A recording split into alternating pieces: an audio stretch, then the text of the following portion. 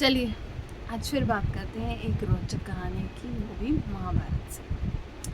देखिए, जब पांडु को पता चला ना कि वो ज़्यादा टाइम नहीं जिएंगे, उन्हें इस तरीके का डर था अपने मन में, तो पांडु ने अपने बच्चों को ये कहा बुलाकर, 5 बच्चे थे उनके पांडु के, तो उन पाँचों को बुलाकर कहा कि जब मैं मर जाऊँ तब तुम लोग मेरे जो फ्लैश है, यानी जो उनकी जो बॉडी है, बॉडी जब वो मर जाएंगे तो उनके फ्लैश का एक टुकड़ा वो खा लें।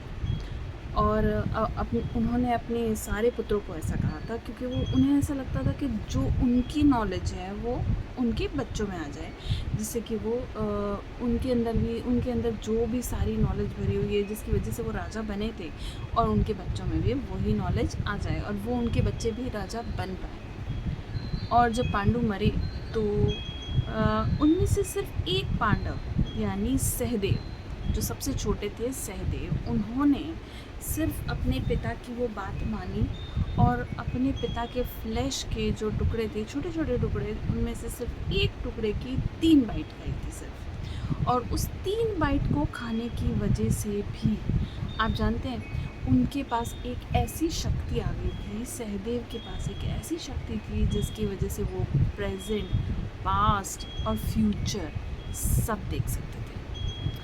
पर इतनी बड़ी पावर होने के बावजूद भी वो अपने भाइयों को कुछ नहीं बता सकते थे, ना अपने भाइयों को ना किसी और को, क्योंकि कृष्णा बीइंग कृष्णा, कृष्ण भगवान, वो तो सब जानते ही थे। तो उन्होंने, जब उनको ये बात पता चली, तो उन्होंने सहदेव को ये श्राप दे दिया कि अगर तुमने किसी से भी कुछ कहा तो तुम्हारे सिर के 1000 टुकड़े हो जाएंगे एक ही बार। क्योंकि कृष्ण भगवान जानते थे कि महाभारत का युद्ध बहुत ज़्यादा ज़रूरी है और ये आने वाले फ्यूचर को डिसाइड करेगा। तो अगर सहदेव अपनी पावर का यूज़ कर लेता तो फिर बहुत ज़्यादा नुकसान हो जाता और वो सब कुछ बता देता।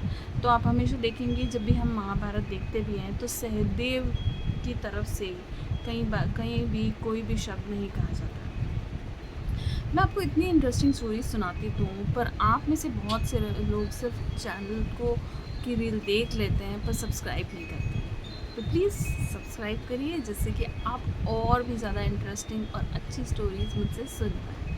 ठीक है, अगर आपको लगता है कि मैं आपके बच्चों की या आपकी लाइफ में कोई भी छोटा सा भी चेंज ला रही हूँ तो प्लीज़ सब्सक्राइब करिए। Thank you.